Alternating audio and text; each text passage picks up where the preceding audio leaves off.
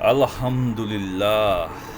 আগুনে পুড়ে যাচ্ছে ইসরায়েলের মধ্যম অঞ্চল।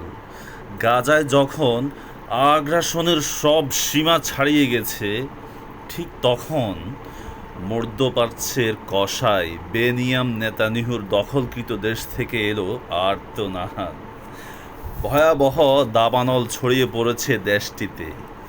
আগুনে খাগ হয়ে যাচ্ছে প্রান্তরের পর প্রান্তর।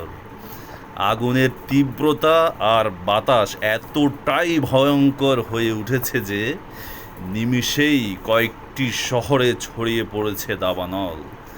এর মধ্যে শহরের বাসিন্দাদের নিরাপদ দূরত্বে সরিয়ে নেওয়ার চেষ্টা। শহরগুলোতে যোগাযোগ বিচ্ছিন্ন।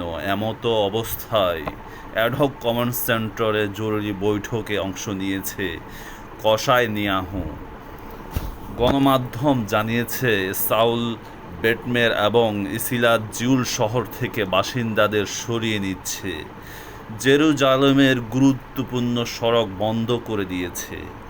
আগুন নেভাতে গিয়ে ফায়ার সার্ভিস এর কর্মীসহ 9 জন নিহত মাত্র।